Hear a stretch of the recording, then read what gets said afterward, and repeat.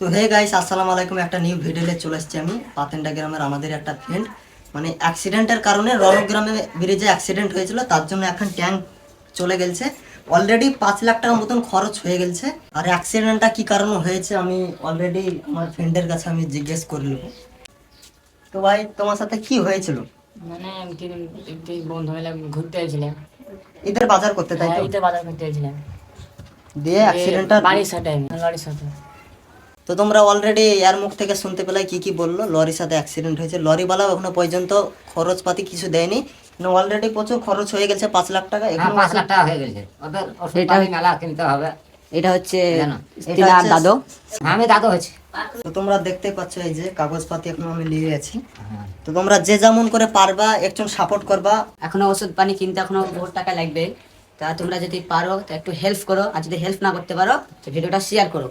আর আমরা একটা স্ক্যানার দিচ্ছি, আমার বাড়ির ফ্যামিলির স্ক্যানার নেই, আমরা একটা স্ক্যানার দিচ্ছি। সেই স্ক্যানার যদি পারো কিছু করে হেল্প করো, যদি না পারো অন্য মানুষকে, ভালো মানুষকে একটা শেয়ার করো। আর হ্যাঁ গাইস, এই ভিডিও থেকে আমি যত টাকা ইনকাম করবো তত টাকা, তো এতটা লোকের সামনে আছে বলছি আমি, তত টাকা আমি এই আমার ফ্রেন্ডটাকে আমি দেবো।